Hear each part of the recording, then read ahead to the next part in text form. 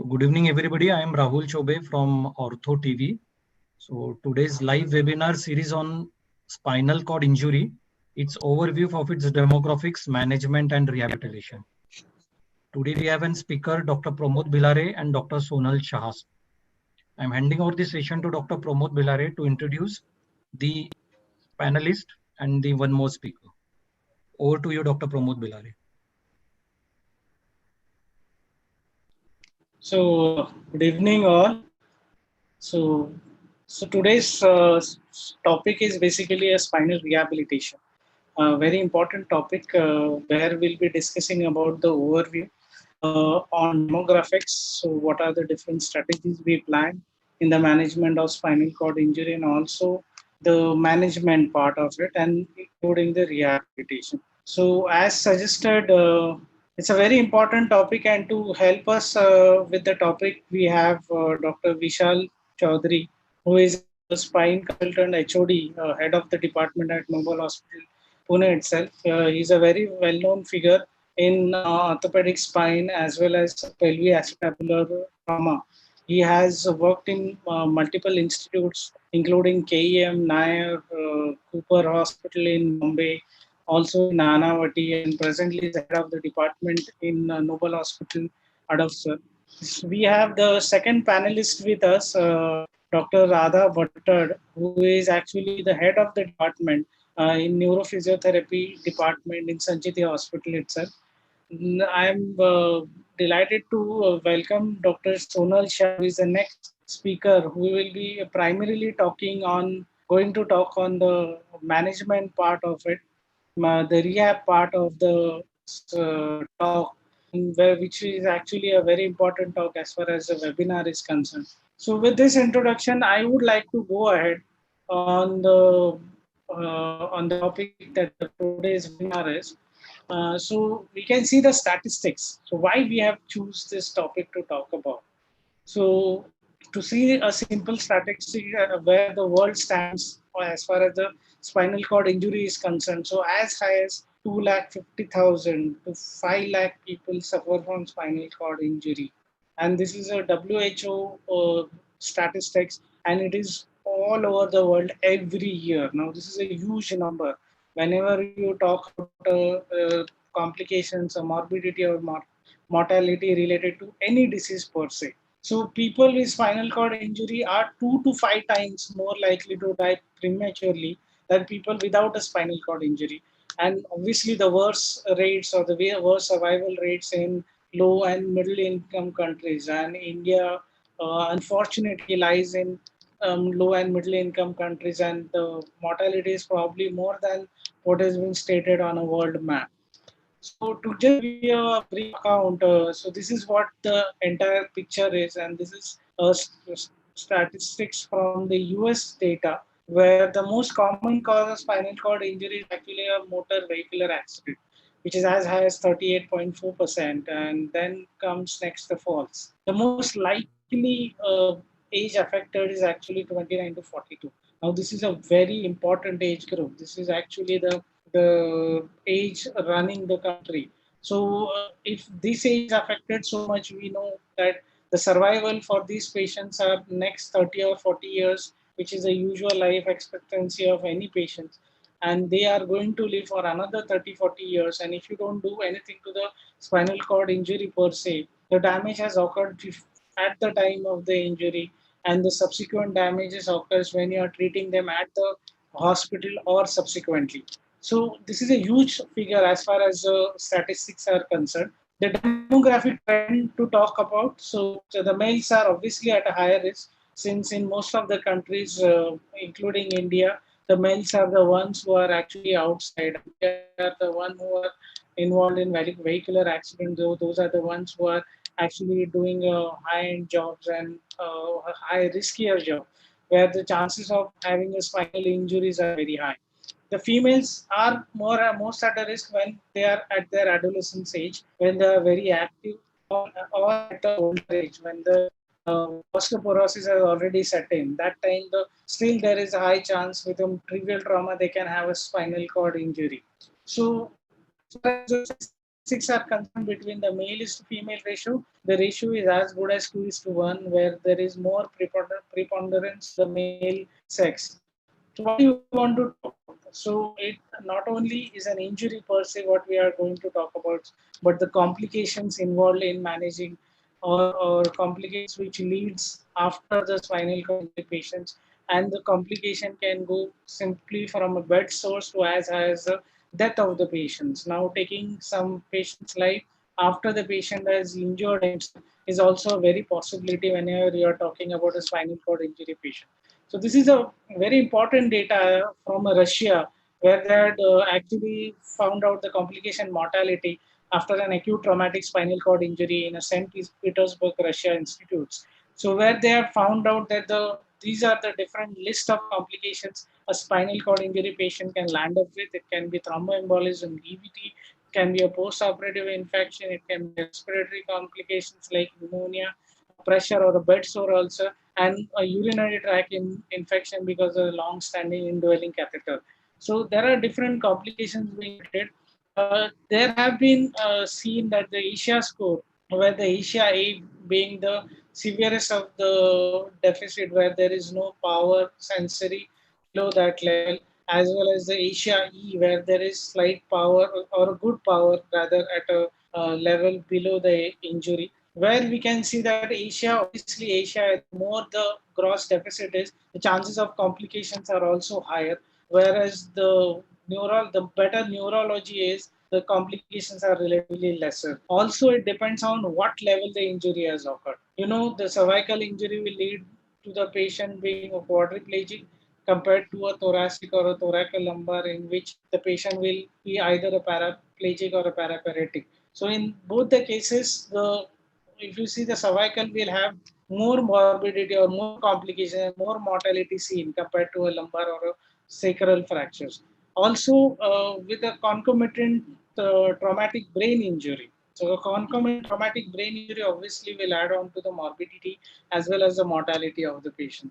This data is actually cross-sectional data from the entire Europe, and it had actually pulled analysis of 22 countries, and where they had shown the more the age, the more chances of morbidity and mortality are. So the higher age group will have more chances of death related to a spinal cord injury patients. So talking about the types, when you talk about spinal cord injury, you always want to classify them as far as if the patient is tetraplegic or quadriplegic, is it the patient having paraplegic or paraparesis. So depending on what level you have injury, you can have different types. You can have a quadriplegia or quadriparesis. You can have uh, paraplegia or both the lower limbs involved, and or paraparesis when the weakness is not zero or the power is not zero. You can have roughly a complete vis-a-vis an incomplete injury, where the complete injury suggests that the power, sensations, bowel bladder involvement below that level is completely gone. So that is something called as complete or a dense paraplegia or a quadriplegia, compared to a incomplete cord injury where there is a slight power, sensory, or bowel bladder involvement, some power, some sensations, or bowel bladder is spared below the level of injury. In those cases, it is an incomplete cord injury. We need to classify either it's an complete or an incomplete. That helps us to prognosticate whether your intervention is going to help the patient, in what way you can expect the rehabilitation protocol.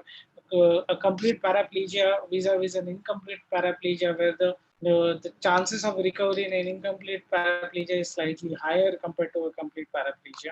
So here, always and always, prevention is cure. So the prevention is at multiple level. It's not only, first of all, no one should land up with these accidents, but if at all someone has landed up with an accident, you should make sure you prevent the secondary injury. Now this second prevention ladder is at the prevention of secondary injury. So what is this primary and secondary injury?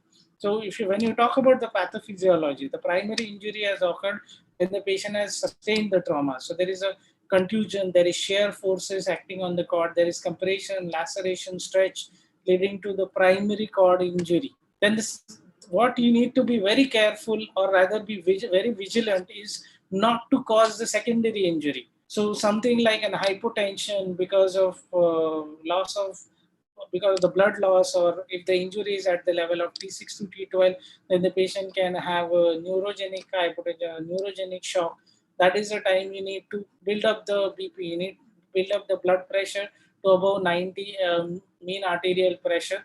Also, to prevent the secondary cellular which can occur because of the free radical release, because of the hypotension, because of the free radical and the secondary factors which are released at the time, at the incident of the trauma, where there is a lot of influx of the free radicals leading to mitochondrial damage, cell swelling, ultimately leading to irreversible damage to the cord.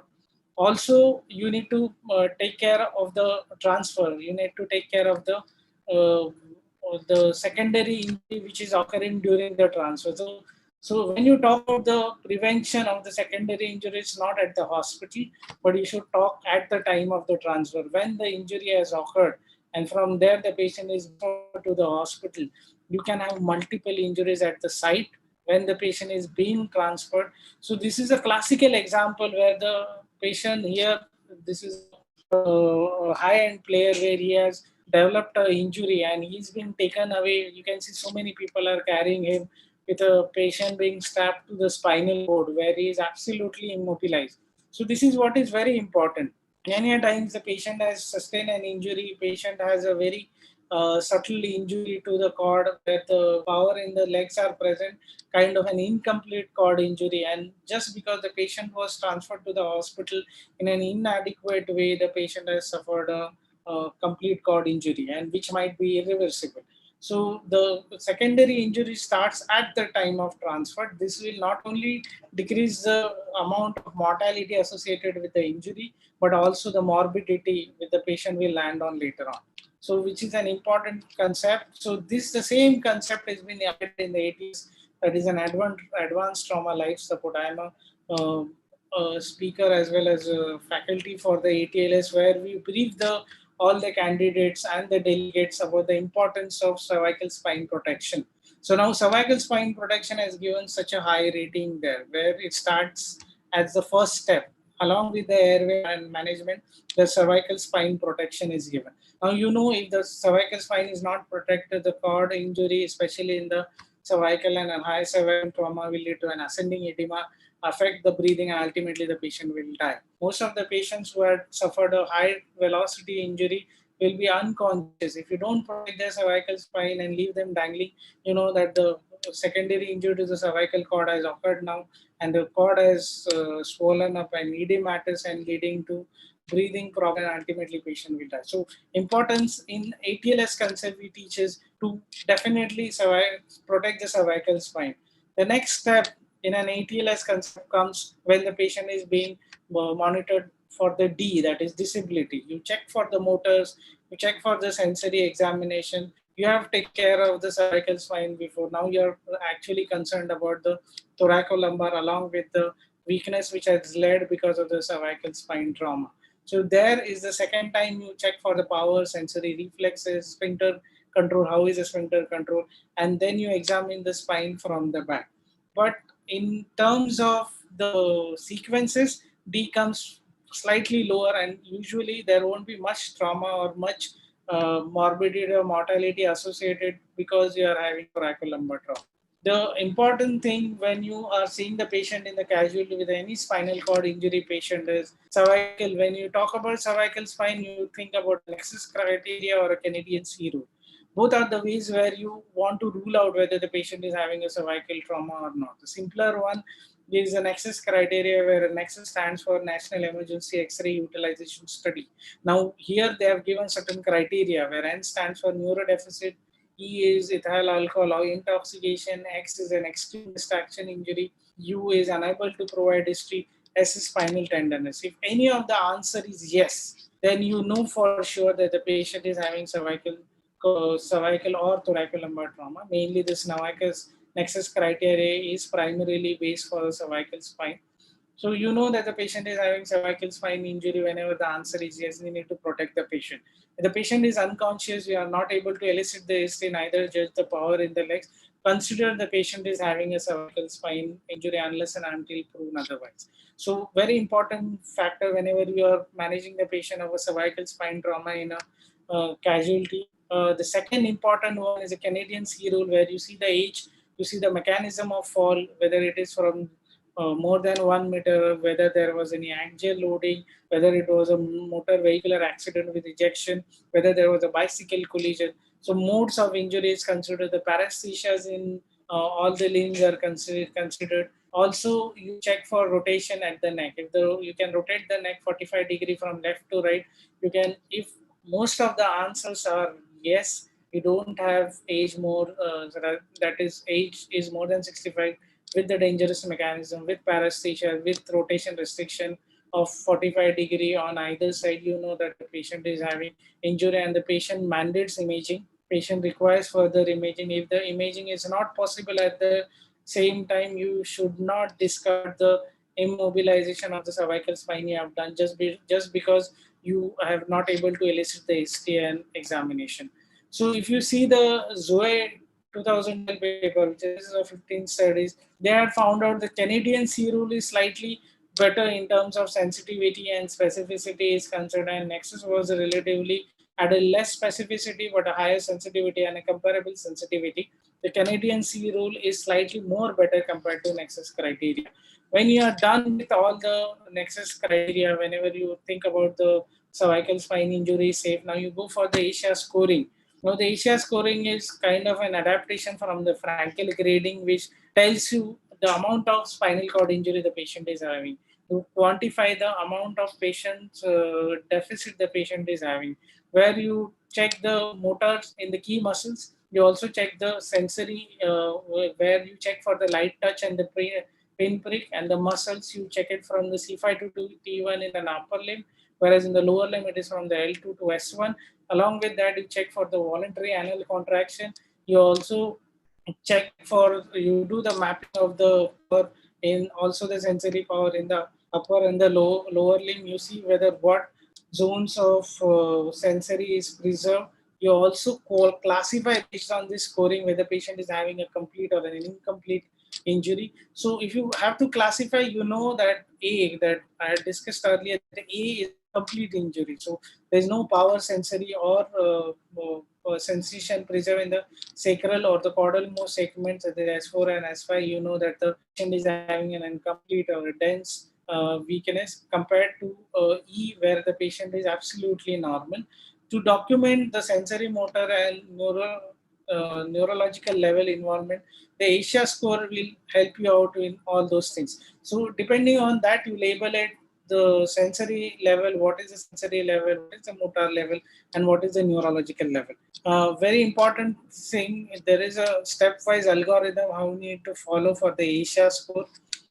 Coming to the principles, how do you manage such spinal cord injury patient? Now, the patients you have already ruled out the cervical spine injury, or the, you know what kind of injury the patient is having, what level of Asia classification the patient is having.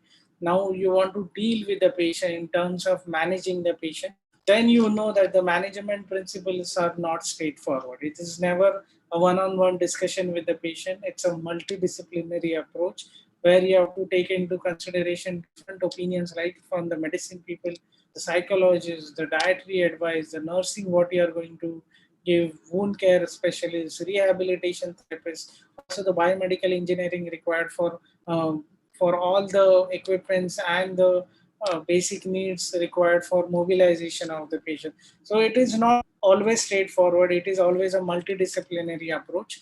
When you talk about the injury, the first injury, the primary injury has occurred at the time of the injury event.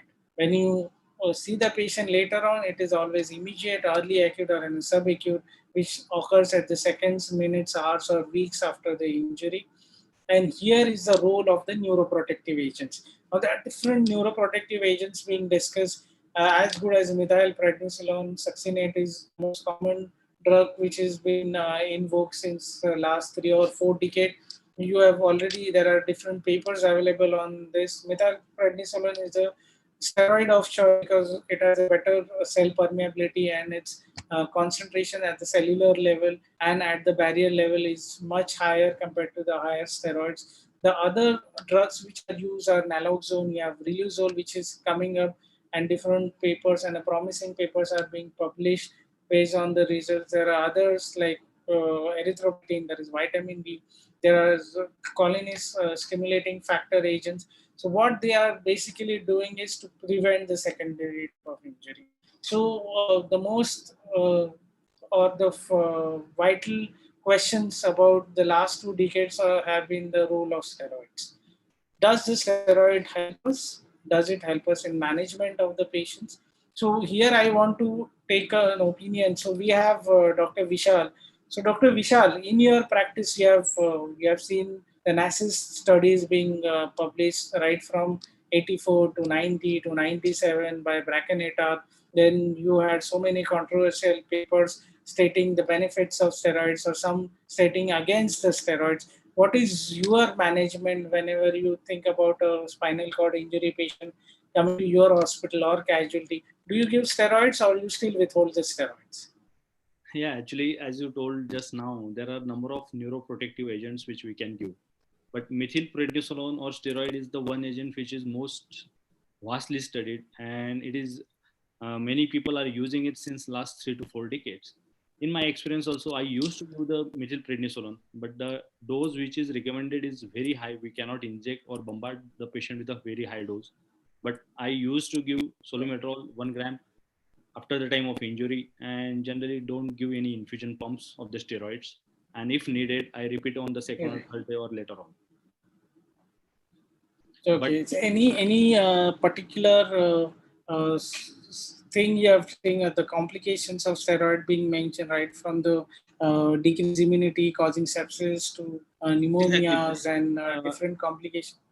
right. But if the patient is already immunocompromised, having the lot of comorbidities, if the age is more than 65 or 70, and having a very high diabetic, very high sugar at the time of the admission, then it's definitely the steroids is very cautiously administered. And even if it is, we don't give the steroids, it is much beneficial for the patient to just to reduce the later on complication in terms of infection and all. But as we observe, most of the patients with spinal cord injury are below the age of 50 years or 60 years, and they are in the middle age or the young age group. So we can easily administer the steroids, but the real benefits of the steroids are again questionable mark, as many few papers has to come on the real role of the steroids, and then only we can use it vastly to any other patients. But as far as the risk is concerned, we should assess the patient clinically. We should evaluate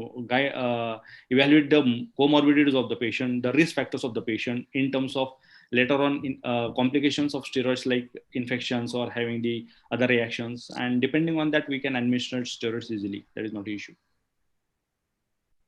Right, right. So I completely agree that the role of steroids is of questionable benefits, but at the same time, there are different surgeons who either believe that the steroids does help in their practice, or there is many a times a fear of litigation that if you don't give a steroid, patient lands up in court for an cord injury, and later on tries to pursue that the steroid was not given and that is the cause for his deficit. So there is always this fear. But then if you want to quote the literature in any standing, I would say that this is what is being recommended by ANS, that is an American Academy of Neurosurgeons. They usually don't recommend. Rather, administration of methylprednisolone for the treatment of acute spinal cord injury is not recommended. And in fact, they have reversed the previous opinion in 2002. And to date, the FDA has not endorsed the MPSS for this indication.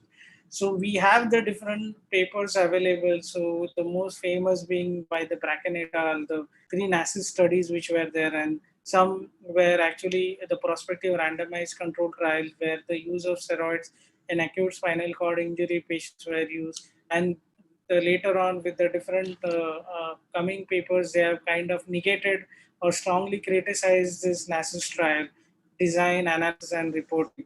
So, if you see the questionnaire survey of spine surgeon on the use of methylprednisolone for acute spinal cord injuries, this is a paper in 2006, and there is a vast variation in the usage. There is no fixed dosing being used. No particular surgeon is using for all his cases. So as Dr. Vishal said, it is used from case to case basis, and the majority of the responding surgeon using the steroid protocol as high as 90%, but only 22% use the steroid protocol due to belief in improved clinical outcomes. And most of them use the protocol just because they had a fear of litigation.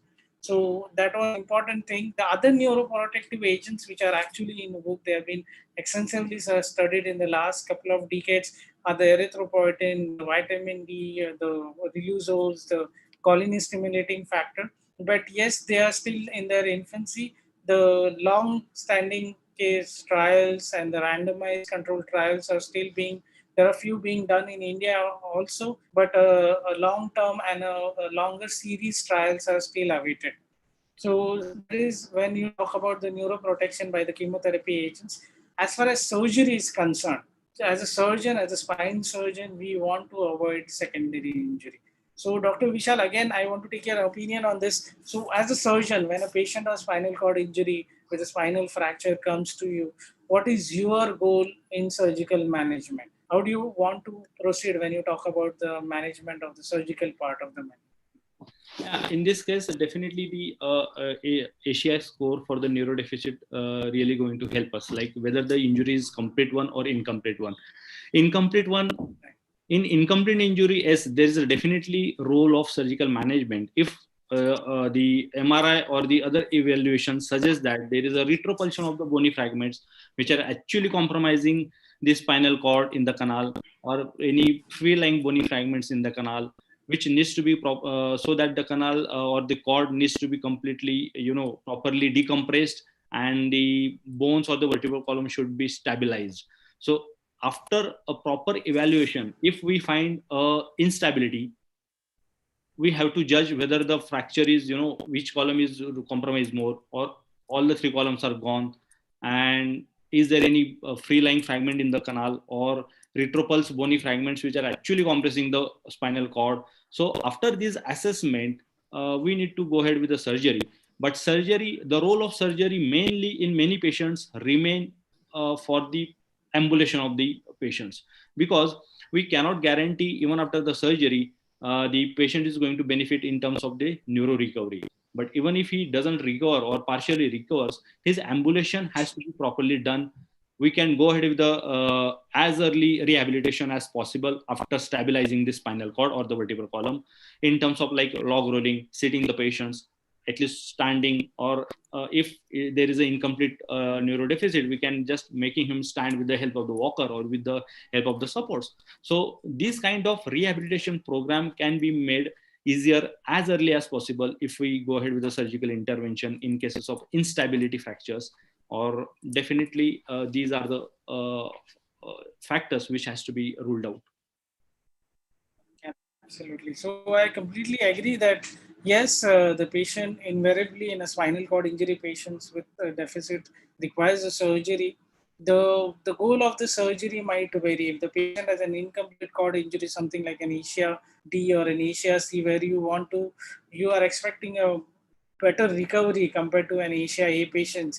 That time you want to operate the patient as early as possible, stabilize the spine, give the best chance possible to the patient to recover, vis-a-vis a dense paraplegic patient where the surgery will be more of an early surgery for mobilizing the patient, where you can get the patient out of the bed as early as possible, which will help him mentally as well as helping get out or prevent the early complications. And the early complications can be very devastating. Something like a patient can land up in DVT to a pulmonary embolism, patient can have bed sores, pneumonias, UTIs. So you want to prevent these early complications. So stabilize or decompress and mobilize the patient early is as a spine surgeon you want to do in most of your cases. Along with that, whenever you talk about DVT, which is a common problem, whenever you talk about a spinal cord injury patient where there is not much mobility in both the lower limbs, there you want to prevent the DVT. You can do it by the physical,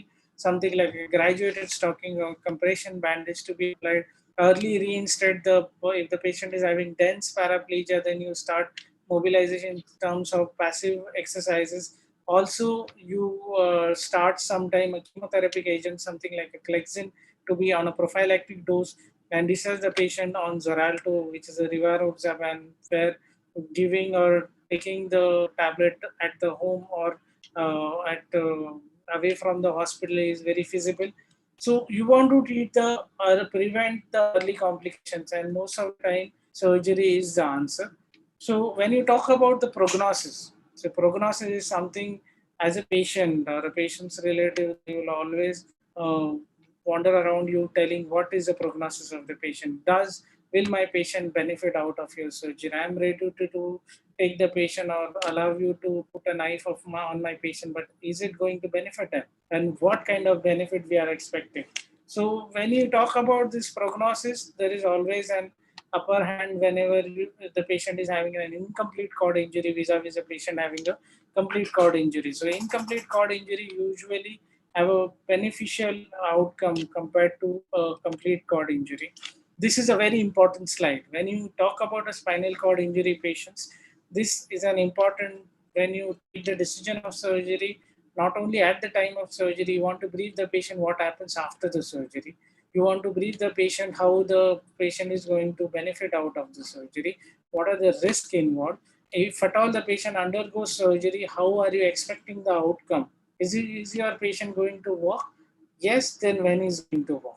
So when you talk about this consultant, probably it's a crucial most role. You explain the patient what all options the patients are having, how is patient going to improve over the next few months and years, what are the different strategies are required after your surgery. So it's not the surgery will solve all the answers. Probably surgery will solve less than 50% of your answers, and more than 50% of your answers are hidden in rehabilitation. So you have to brief them everything beforehand. Many times the patients whoever are coming from remote areas, they are having high expectations whenever they land up the patient to a surgery center, where they are expecting that the best surgery will be done to the patient and my patient will be probably walking from the hospital to their house. So, Dr. Vishal, how do you deal with this? Whenever the patient, especially you have two scenarios. One, where the patient is having incomplete paraplegia, say Asia C or Asia D. And the second, when the patient is having absolutely zero power with bowel and bladder involvement. Do you brief them differently? Do you always take a detailed consent explaining them everything? Or you want to be very cautious in using those words? Because many times what happens is your words are what the patient and patient relatives are dependent upon. So if you try to tell them all negative, probably they get depressed easily. They won't treat the patient much in the same zeal if they would have expected probably some beneficial answers from you. How do you manage both the patients? Yeah, right. Definitely. Actually, consent or the proper patient counseling is too much crucial part whenever we perform the surgery on the patient, especially the spinal surgery. We should counsel the patient properly regarding in terms of how much neurological recovery he is going to get after the surgery, and what are the actual benefits the patient is going to get after the surgery. Because once you touch the patient or once you move the patient in the operation theater, he's always in the brief thought that after the surgery or after a few days after the operation he's going to walk irrespective of the neurodeficit. So these misbeliefs of the patient has to be properly counseled. The surgery is not for neurological recovery. The neurological recovery is going to take its natural own path, and there are multiple variables which actually aids in neurological recovery. And there are, as you earlier said also, there are multiple factors actually which aid in the proper good prognosis early, or which are the factors which leads to the bad prognostic factors. So this has to be properly told to the patient, and patients and his relatives are properly counseled about this surgery.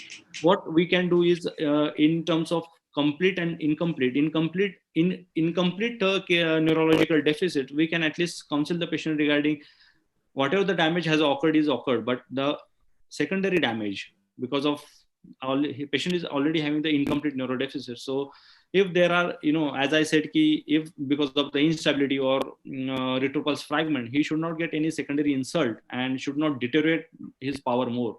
So at least to prevent the much more deterioration, or to prevent the deterioration to the complete neurological deficit, we can go ahead with the surgery. But whatever the loss has occurred, we are not going to give the guarantee for the recovery of the loss, and that is going to take its natural own way. Right, right. So, as rightly said by Dr. Vishal, consenting is the most important thing whenever you are managing spinal cord injury, not only to brief the patient and relatives about the surgery and the surgery related risk, but also the pathway ahead, what we are going to achieve in next few months and year. So, here is an history of 44-year-old male with a history of fall from height, with a severe neck pain and neck stiffness, with no loss of consciousness, vomiting or ENT, played with complete power loss in the bilateral lower limb and some power loss in the upper limb. So, Dr. Vishal, if you have to manage this patient, many a time the patient is having a poor breath sounds, or many a times the patient is having chest injury along with the cervical spine injury with a pneumothorax. So, do you want to optimize the patient and take him for the surgery, or since the patient is having quadriplegia, you would go ahead and operate the patient immediately? No, actually, that is a good question, because everyone thinks like whenever there is a spinal cord injury or spine fractures, and after that the patient is having the either the complete or incomplete neurological deficit, it is a emergency and we should go ahead directly with the surgery. But it is not a situation.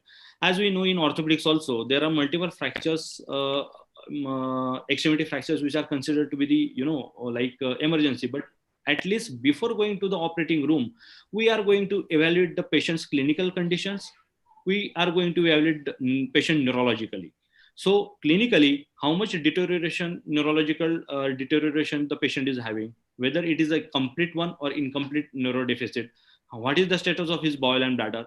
Along with that, any limb injuries, any vitals organ injuries like chest injuries, intra-abdominal injuries.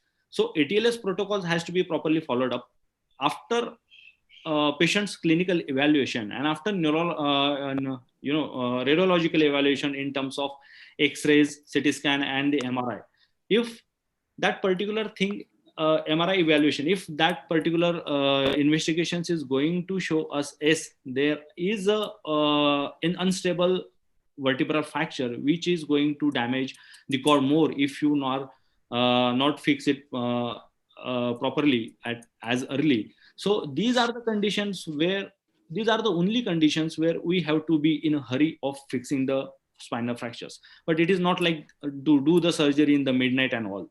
At least for any patients, we give some time for the patients just to stabilize him hemodynamically, just give some time for the patients to recover from the other injuries. And after taking the proper fitness or proper evaluation, and after preparing our operating room or operating or with having the proper adequate equipments, then only we are going to take the patients in the operation theater. So doing the surgery in the midnight is not definitely advisable, but it has to be done in cases of incomplete neurological deficit as early as possible, so that you can do it in the early morning also, after having the complete proper evaluation of the patients. Right, right. So, very important facts being told here is that you don't hurry into the cervical spine or any injury for spinal cord injury per se. You will operate the patient, but you want to stabilize the patient first. You cannot take the risk where the life will take precedence over the limbs. And you want to first stabilize the patient's chest. You want to see whether the patient is having spinal shock, along with the patient is having any cardiogenic or a hypovolemic shock. You want to first correct that and not take the patient just to the OR just because the patient is having. Many times you get a scenario that the patient's breath count is not good. Patient is having an ascending chordedema in the cervical spine. You have immobilize the patient on a cervical collar.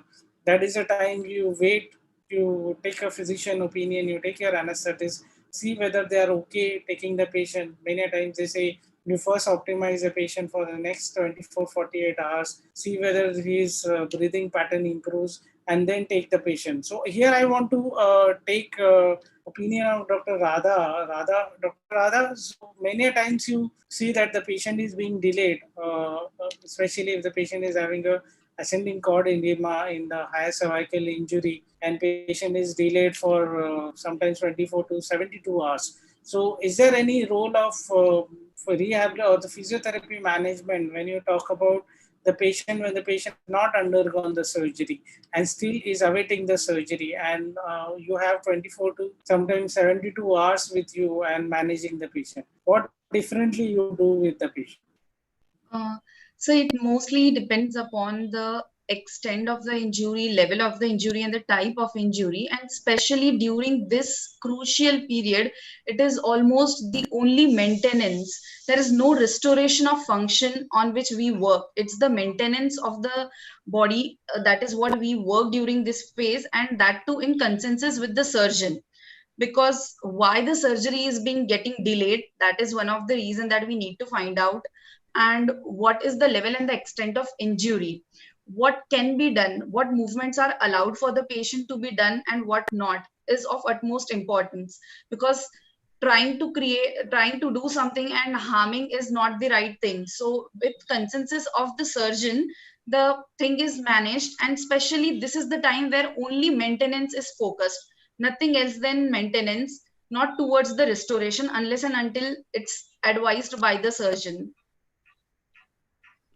Right, right. So very important things have been said here, that you still maintain the patient. You cannot restore the function completely by doing a physiotherapy in those times, but you should not leave the patient then and there. You take care of the DVT prophylaxis being ordered. You can apply some DVT pumps if possible. Do some passive mobilization around the ankles or hip, Yeah. knee, depending upon where exactly the patient is having injury. So in this case, it was C6 or C7 traumatic lysis, and you can see an axial cuts where there is a severe cord compression with cord edema.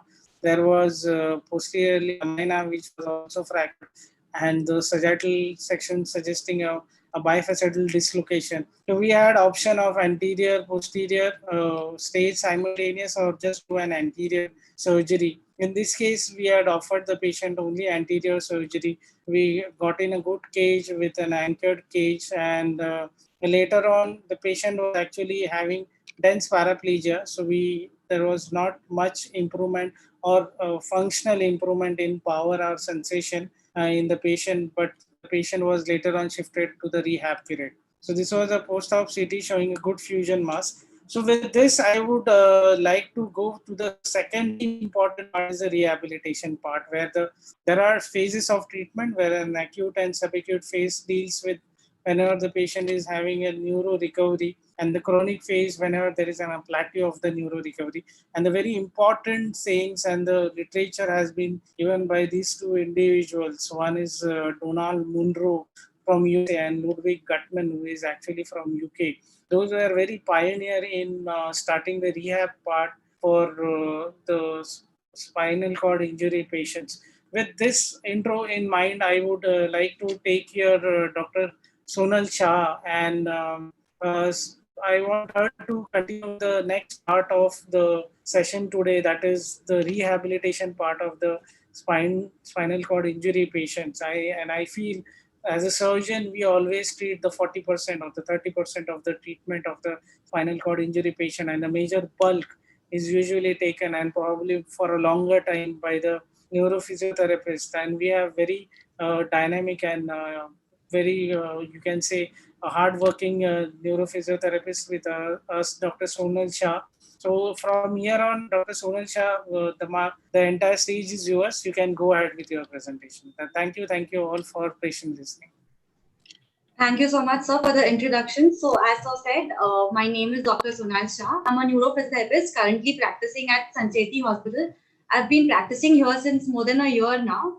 So, as sir mentioned earlier, to the patient, the ultimate outcome post the surgery is, what outcome do I get of it? How much can I move? How much can I participate in the society post the surgery is done, post the medical stabilization is done? So that's wherein the rehabilitation part sets in. So this is the topic for today, that is spinal cord injury rehabilitation.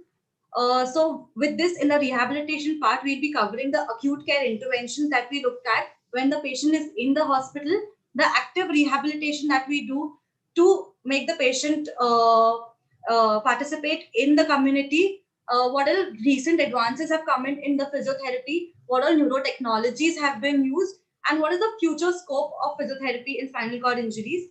So starting with the acute care. So the acute care or rehabilitation that we start can be started as soon as the medical stabilization of the patient is done.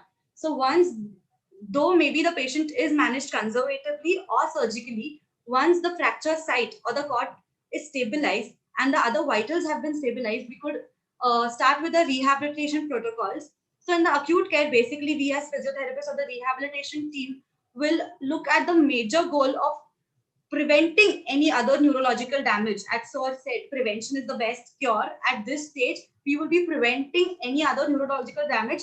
At the same time, optimizing the recovery of already present muscles that we have depending upon the level of the injury or if the injury is complete or incomplete injury.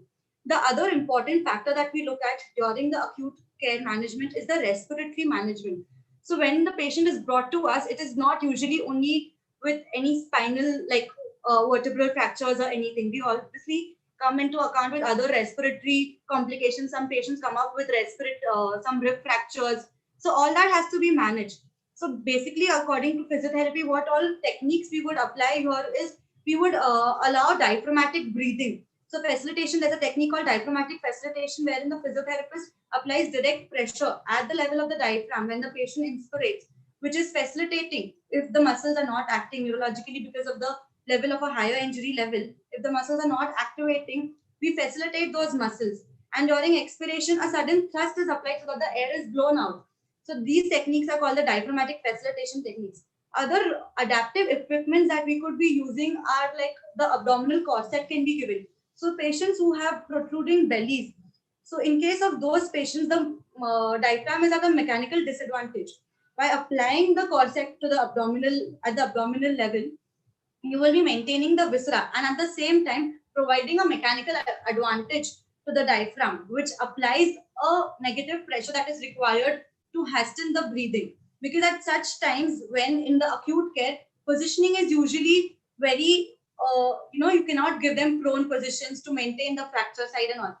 So at least these basic adaptive movements are used at such times to facilitate breathing techniques.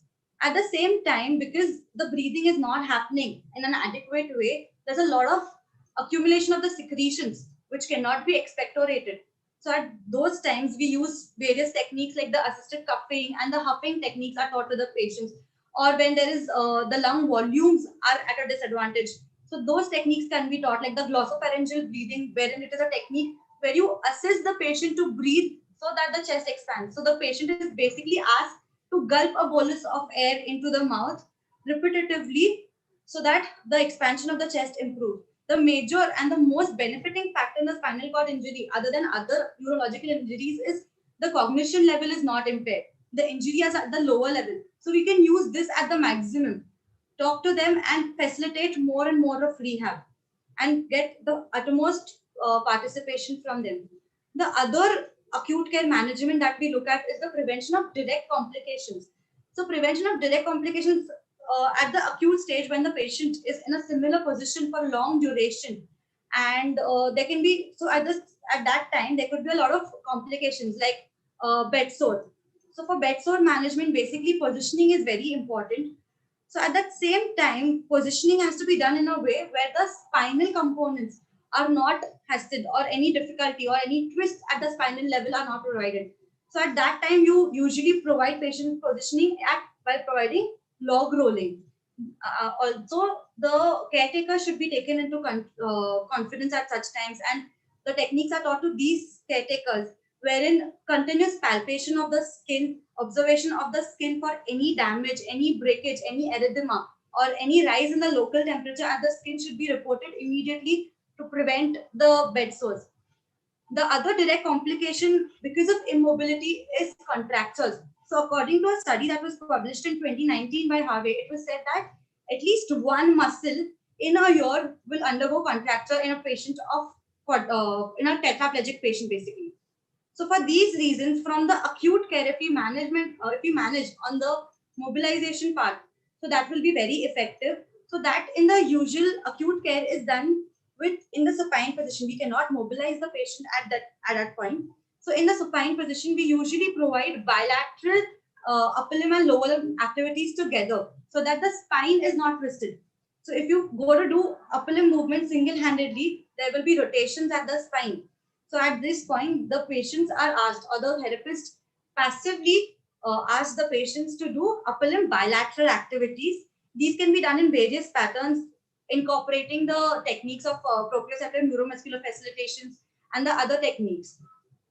And the last part at this stage is the selective stretching and strengthening that we take into consideration. Now, in spinal cord injury patients, we do not want to maintain all the muscles that are tight to be flexible or all the muscles to be strengthened. Sometimes some tightness is useful and beneficial for some activities. Like for example, for sitting, if there a patient has a DFL tightness, like the lower back is tight, that would be useful in such patients to maintain the sitting balance. So you wouldn't stretch the dorsal lumbar fascia in these patients, but rather we would be stretching hamstrings in a patient with in a tetraplegic patient, so that we maintain that level while sitting. If the hamstrings are too tight, the patient will have sacral sitting and not the actual sitting. And selective strengthening of muscles. So basically, in the acute phase, as I mentioned, we could not strengthen all the muscles because it will apply a lot of pressure to the spine. So if you're giving in a even in a paraplegic patient, if you ask the patient to do upper limb active movements, those should not be entire range of motion. It should be selective for the activity at that point, and later the active full range strengthening can be started. The other uttermost important part of acute care is the mobilization of the patient. So during the acute care, the patient still has a lot of complications which can proceed in, like the orthostatic hypotension and such cases. So at that time, we want to acclimatize the patient to the various degrees of mobilization. We would not advise to get the patient to standing directly. So at such times, we advise the patients, or we take the patients into standing positions on tilt tables or standards where they're continuously monitored, their vitals are continuously monitored. And in case to prevent orthostatic hypotension in patients with higher level injuries, usually elastic wraps or DVT stockings and all abdominal binders can be applied at the same time while mobilizing the patient, so that the venous pooling is reduced. So this is all about the acute care, the basic acute care that we maintain in the hospital. I would like to ask Dr. Radha if she has any inputs to give in the acute care. Yeah, as very well covered by you, the acute care management. This is the very crucial period actually. If taken proper care in this period, the rehab can go very high, and the chances of the success of rehab mostly depends on this period. The literature suggests that if this period is neglected, and if the maintenance and prevention of complications are not taken care, especially during this period, and not move towards the restoration phase, then the rehab is so prolonged, and we need to wait. Once the complication sets in, like in bed sore sets in, then we need to wait till that it heals, and then we mobilize the patients, and the whole rehab gets prolonged. So this is the crucial period where we need to really focus, and this is what the research says, and this is what we practice to get the maximum out of our patient. Once maintained in this phase, prevention of all the complications are maintained, and we have started restoration in this phase, the rehab can be very well done with the patients. Thank you, ma'am. So agreeing totally with whatever she said, the acute phase should be managed carefully to prevent any other complications that would delay the rehab. So now, once this is done, once the acute phase is covered, we move towards the active rehabilitation phase, where we demand most from the patients for their restoration. So basically, in the active rehabilitation phase, from the in-bed transfers to transfers out of the bed to wheelchairs, or their doning and doping of the orthosis that we prescribe, should be taken into consideration. And finally, the participation in the community, the mobility in the community, or the environmental adaptations, or the adaptive equipment that we'll be requiring, should be covered in the active rehabilitation phase. So starting with the right basics. So once we have got the patient into standing passively, now we want the patient to come out as active as possible. So we start with the mat activities, in bed independence, that is called for mat activities. So first basic activity that we start is the log rolling. So in this, various facilitation techniques can be given for log rolling. The patients can use momentum to change the positions, and even the hip head strategy that the physiotherapists usually use for the transfer of the patient. So this position basically is very important to be learned in the initial phases, as this position change is required to avoid any kind of bed sores. So the pressure relief, it's called a pressure relief position. And secondly, even while dressing, sponging, and all these activities require you to change your position. The entire period, you cannot be lying supine. So that's the reason these positions are required. The positions other than sideline. So once log rolling is done, once you come to sideline, we ask the patient to proceed to prone on elbows. So now when the patient has higher level injuries like cervical injuries, this position becomes of uttermost importance, because it is the position which will directly allow the active facilitation, that is the active strengthening of the head and neck musculatures, which is still in position. This can be done with the orthosis on or with.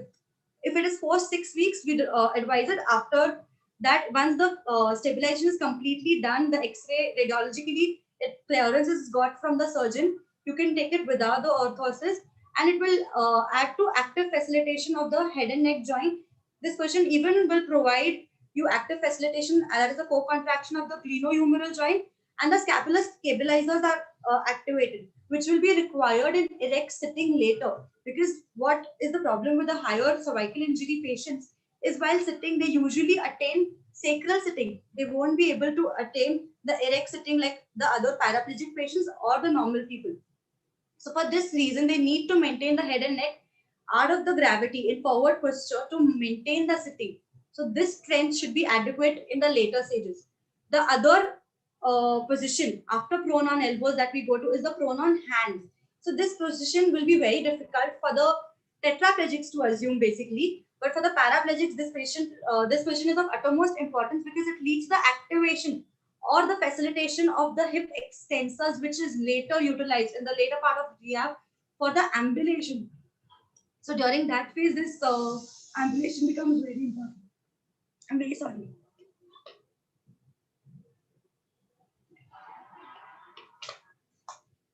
Extremely sorry for that.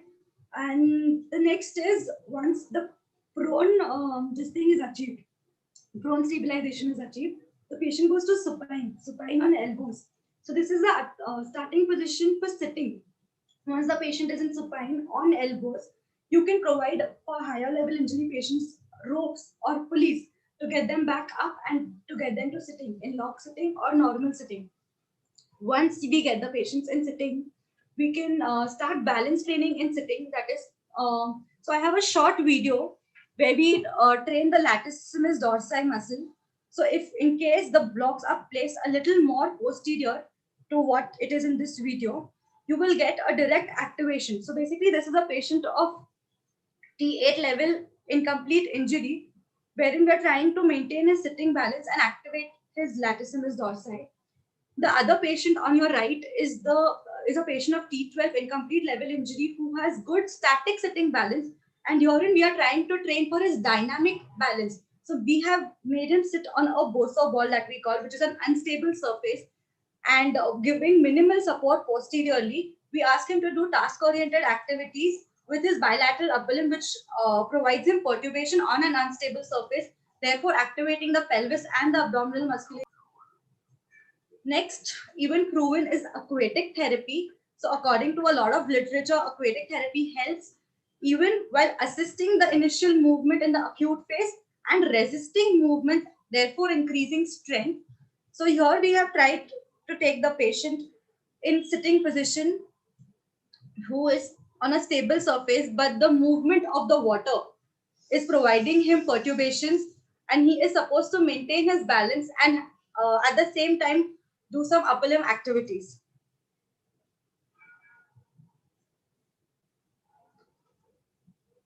Dr. Radha, do you have any inputs on aquatic therapy that we used for our spinal cord injury patients?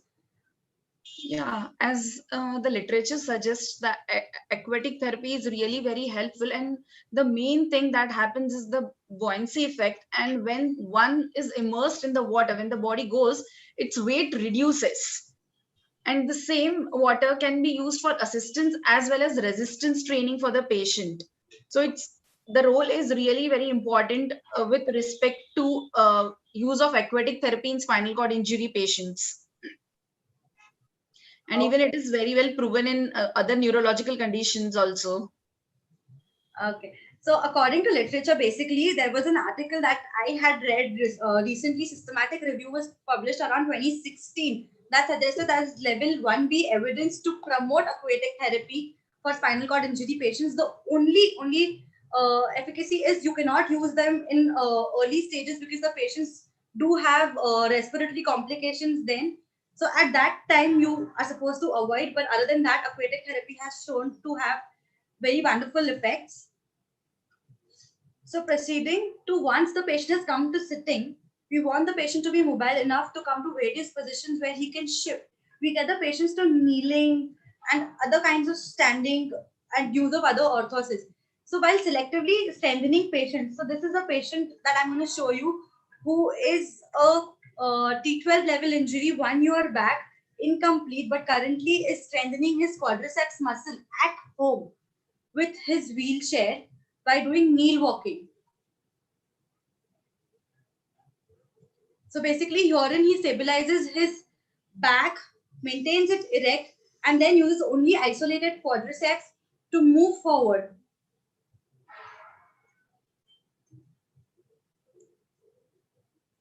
Once we get our patients to sitting, we want them to learn transfer activities independently or with minimal support of the therapist or the caregivers to lessen the burden that the caregivers have. So while transfer training, we ask the patients, if it is a lower level injury, patients to take up the entire load on the hands so as to activating your serratus and your latissimus dorsi and then shifting to the wheelchair as seen in this video. The patient entirely takes the weight on his hands. The wheelchair, of course, is placed diagonally to the bed or to the moving device. The patients can even be taught to transfer from the floor to the wheelchair or from wheelchair to the floor or from one bed to the other. And there are even other adaptive equipments that are available for higher level injury patients, that are harnesses or different other equipments that are available to transfer the patient who cannot lift themselves or cannot take the weight on their hands. So once the transferring activities have been taught, we proceed to gait training. So this is the most important question that our patients keep asking us, that will we be able to walk? If yes, what will be the quality of the gait that we will have? How much distance will we be able to walk? Will we be able to walk indoors or outdoors? So they have multiple questions. So in this case, how to tackle these questions or how to give them the accurate answers should be, I would like to go to the expert for it. And ma'am, what do you say from your experience? How do we tackle these questions in our daily? As very well said by by Pramod Bhilare sir also and Vishal sir also, that this is the most important question which the patients ask, even the surgeons as well as the therapist. What is the level of recovery, what they expect? I mean, after the surgery, will my patient be able to walk? And the same question comes to us also. So again, here the thing is very clear that it again depends upon the level of injury. As explained by Pramod sir, that we have level of injury, we have quadriplegics, we have paraplegics, we have tetraplegics things. So it depends upon the level of injury, complete, incomplete है, क्या type का injury है, and accordingly we can make our patient answer them that what will be they wheelchair bound throughout the life, or they will be walking with the help of orthosis right from pelvic support HKFO or AFO only, and with the help of walker or elbow crutches. Usually incomplete and quad equina they walk with AFOs and elbow crutches, they are able to manage the things. And with quadris, again it depends what is the level? It is T8, T10 hai, yeah, it's higher cervical. It's if it is higher cervical or the cervical, it is more or less they are the wheelchair bound people. Again, we have options there. Again, it will wheelchair, which wheelchair to be used for the patient will again depend upon the level of injury.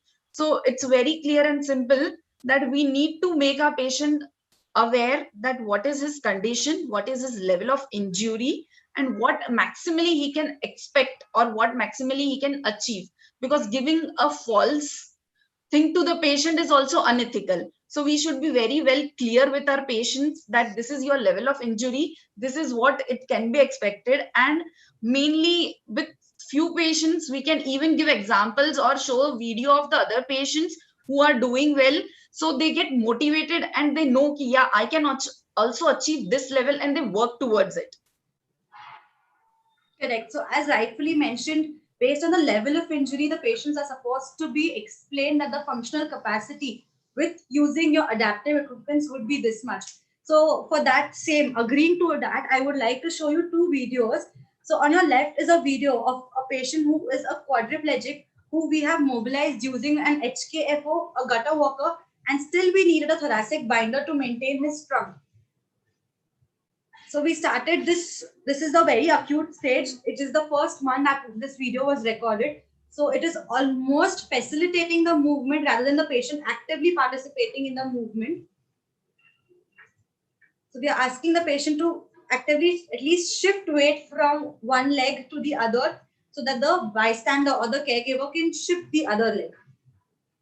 So this was about the quadriplegic patient. And the other paraplegic patient that we are seeing, in them we would not require a higher level orthosis who can maintain their trunk balance. So for them, so this patient is again like the previous video, he's the same patient. He's a T8 level injury patient. We used static AFOs with long knee braces and elbow crutches for him. So initially we started his training similarly on HKFOs.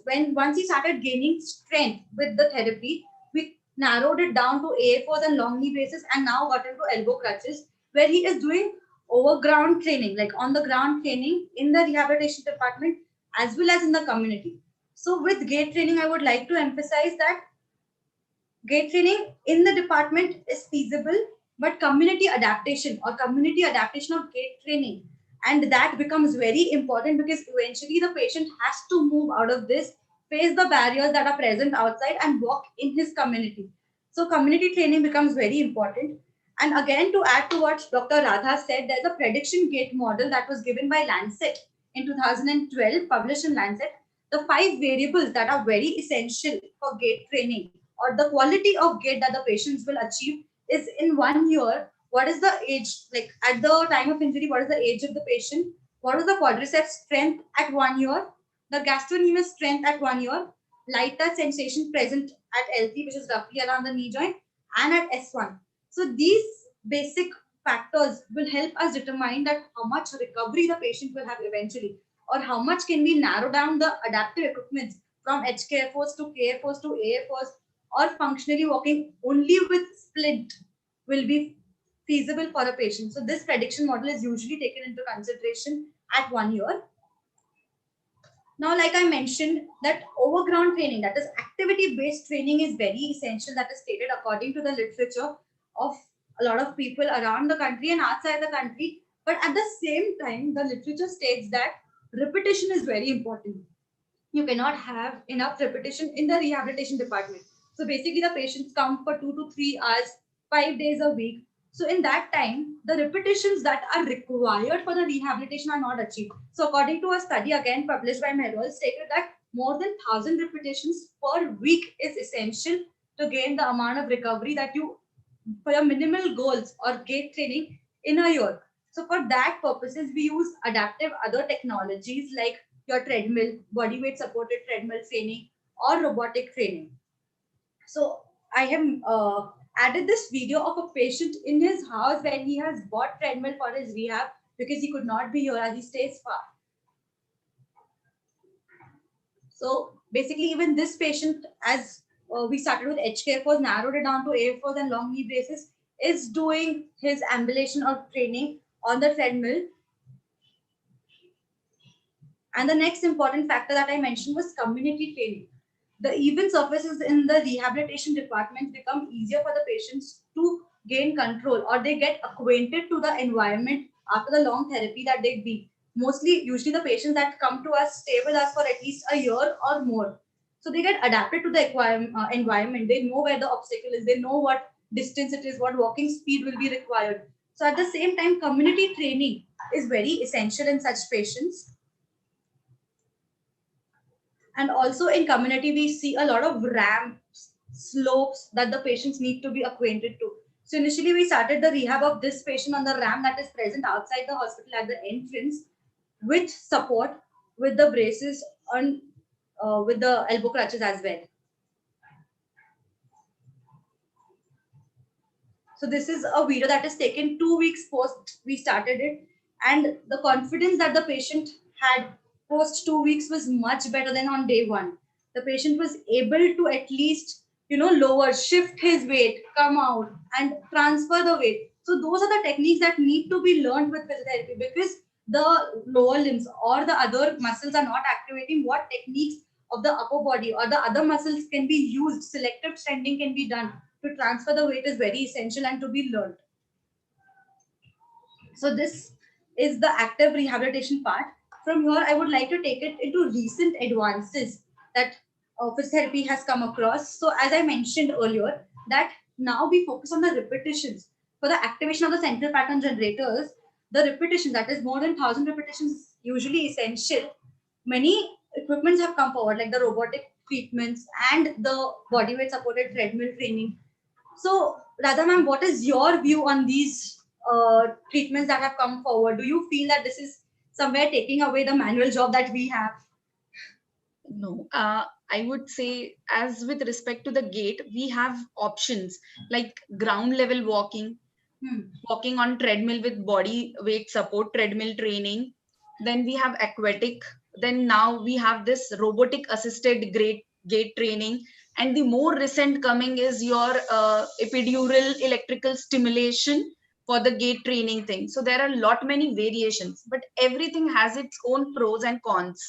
And everything is in see, ground level walking is already, which is the routine thing, which is the conventional thing, which we are already working on from decades. Ground level walking, then came in the body weight support treadmill training was the thing. The advantage with body weight support treadmill training was or is, I would say, is it can be started early in the rehab, as the body is supported.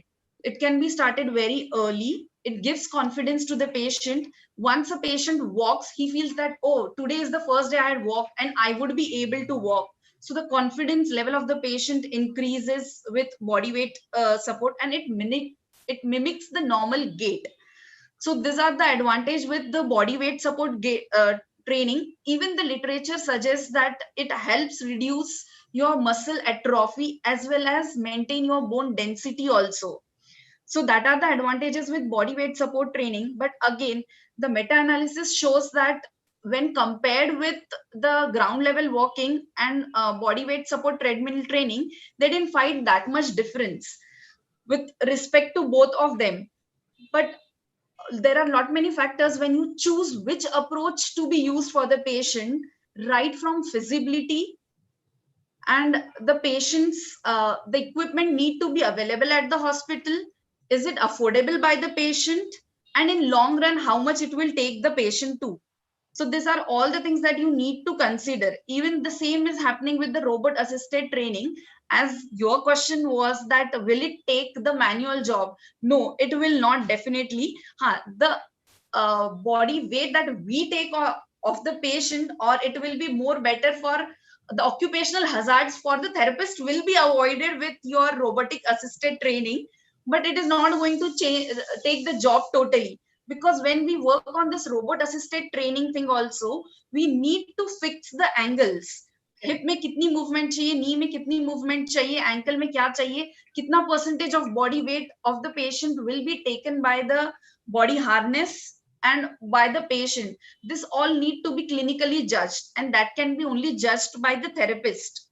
So it's not going to take, definitely it is going to make our job easy, but at the same time we need to think about the cost effectiveness, and the availability of the machinery, because it is totally dependent on the machine. So this is the thing which can be only done in the setup. Patients, they cannot do it at their home, or the patients who are requiring long term of therapy. So again, there is also ambiguity with the use of robotic assisted training. It is very recent, and there are many articles and many literature in the paper getting published with respect to robot assisted training.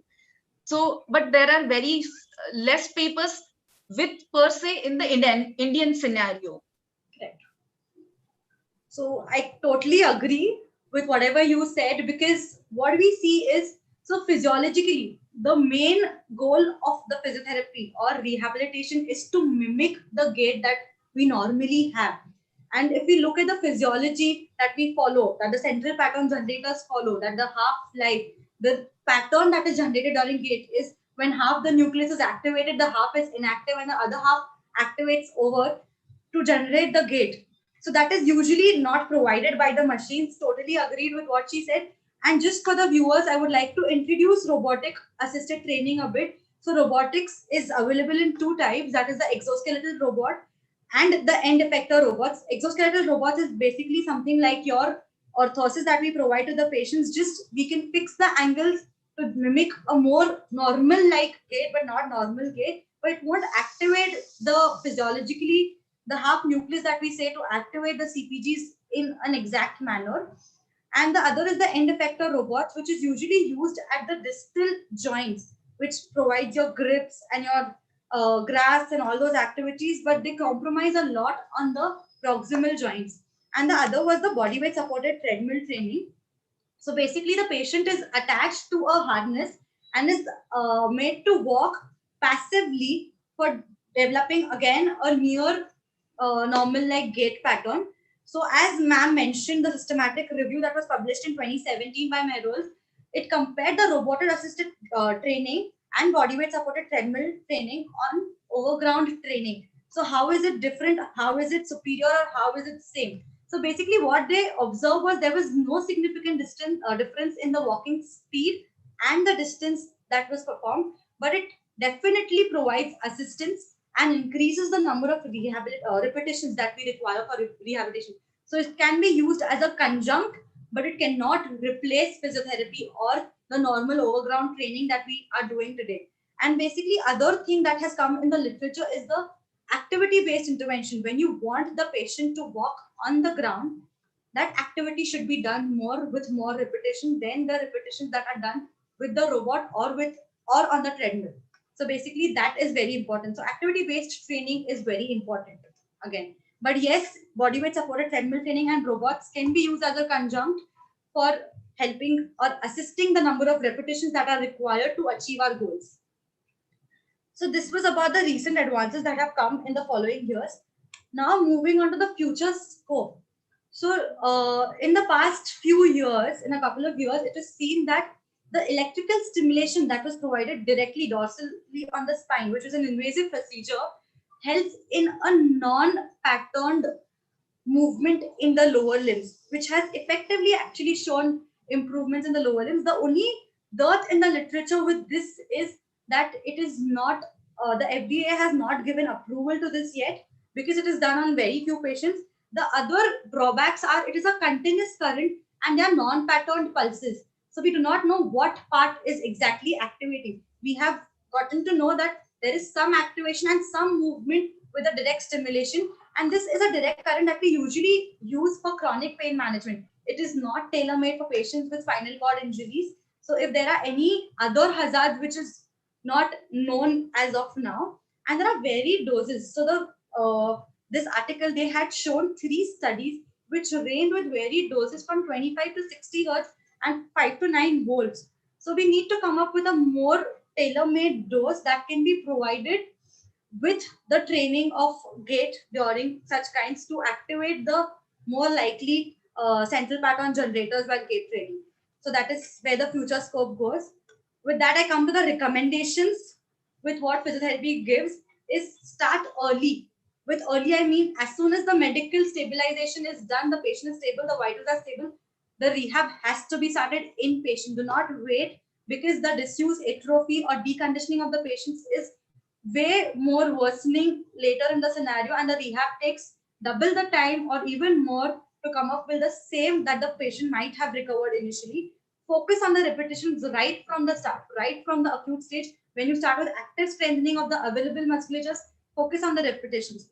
Education of the family members and prevent direct complications. So the family members are supposed to be educated about the bed sores, the other disuse, atrophy, deconditioning that is going to take place, or other urinary tract infections, or the autonomic dysreflexia. All these have to be explained to the patients right from the start and the caretakers, so that they can be taken into consideration, or at most acknowledged if anything per se happens.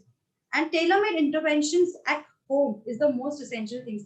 So as we know, spinal cord injury rehabilitation is a very long process. It's actually a lifelong process, cannot be stopped. So intervention should be tailor-made for the caretakers to take at home. That is the reason I specifically included articles of patients that were taken, videos of patients that were done at home, so that the rehabilitation at home continues. And when they come up, we can progress the patient from where we have left them at the last time. And other environmental and home adaptations for grills and bars should be very essential for the patients. So that's it. Thank you so much. Are there Thank you, any Dr. questions? Sonal. I think it was a. I have a couple of questions. Sure, sir.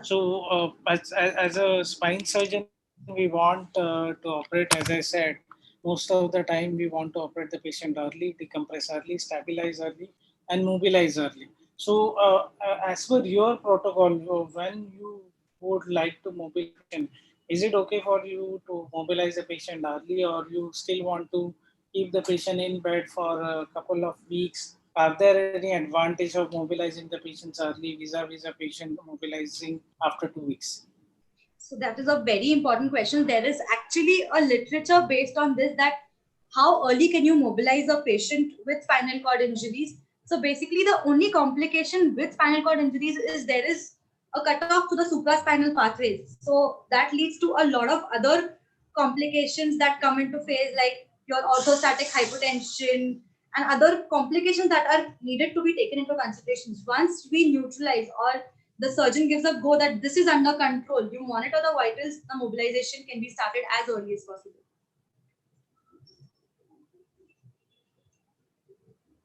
The second thing I wanted to ask was for now, the second most common complication usually has is the bed sore. Yes. So, what specific positioning you advise? Like many times it happens that the most common locations of the bed sores are actually the sacral area of and the hands might be at the olecranon level. But if you mobilize or to make the patient lie down on the lateral side, then you have a GT ulcer which is developing. So, is there any specific thing you tell the patient to lie on the prone position or a supine, or how early or late they need to change their position?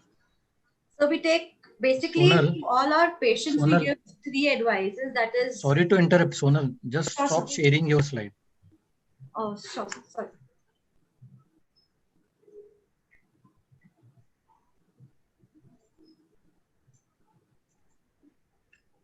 Yes. So basically, we take 3 things into consideration right from the acute phase. We tell the patients that they need to do log rolling, that we teach them initially every 2 hours. Then we provide them with pressure relief positions. So even if they're in the wheelchair, they are taught how to shift weight to one side of the body so that they can relieve pressure from one side and again go back to other side. And the third is adaptive equipment that we use to relieve the pressure, like foam rolls are given, cotton pads are put, and basically even the continuous ointments and all that are suggested. So these are the other things that we take into consideration to avoid all these bed sores and other integumentary problems. Yeah, absolutely. Dr. Vishal, you have any questions to Dr. Sonal or Dr. Radha? Yeah, actually, they nicely explain what are the roles of early rehab, even before stabilizing the spine, and what are the importances and how to go ahead with the preventing the long-term complications. It is very nicely explained. I would like to just ask Dr. Sonal, Yes, sir. how early can you go ahead with the mobilization of lower limbs or calf muscles, irrespective of the surgery, to prevent the deep vein thrombosis? So depending upon the level of the injury, the other part, so basically if it is a higher level cervical injury, leaving the cervical muscles, the lower lip and the lower joints can be mobilized because it won't be harming the cervical as such. So we take into consideration that that part is immobilized, but the rest is mobilized to avoid the deconditioning effects. So if it's a higher level cervical injury, we avoid the scapular stabilization training, the head and neck training that we give, that is essential for sitting later. So that is avoided in the acute phase. Whereas if it is a like lower lumbar injury or thoracic injury, we avoid other pelvic activations or abdominal activations, which will give a lot of pressure to the spine. So once that is stabilized and the radiographic green go is given, like you can now, everything is healed and you can go. Basically, this is 6 weeks. We in the hospital follow 6 weeks here, and then we mobilize that joint as well. So in early phase, do you really rely or give more importance rather than mobilization to the other methods of, like preventing the DVT, like DVT cuff, pumps, DVT Yes. stockings, and also rely more on those methods than mobilization in early phases? So mobilization in the early phase, we do focus on it because we want the patient to be acclimatized to the various degrees of orientation. But that in that phase, it is usually more passive like than the active phase. So usually in those phases, the patient is on a tilt table or basically a wheelchair mobilization during those phases. We do not actively want with the orthosis that the patients mobilize themselves. But yeah, avoiding the direct complications in the acute phase is the first goal, because prevention is a must at that stage. Because if you get a bed sore or if you have other issues, then the rehab is postponed. It takes a lot of while later. Yeah, absolutely. So I think it was a good session, considering the extensive talk by Dr. Sonal regarding briefing us what exactly goes into the rehabilitation part. Many a times we usually don't visit the rehabilitation center in Sancheti, but now I have got you can say a bird's eye view of what happens exactly, and commendable work being done at the physiotherapy center at Sancheti. So with this, I would conclude the webinar. So extremely thank you for everyone, Dr. Vishal, Dr. Radha, Dr. Sonal for an excellent talk, and to the organizing committee here, Rahul Chaube, Mr. Rahul Chaube, and Dr. Ashok Sham for giving us the time, valuable time, and the screen presence to share our work, as well as briefing the entire community about the and sensitizing them about the importance of spinal cord injury and the rehabilitation. Thank you everyone for your valuable time.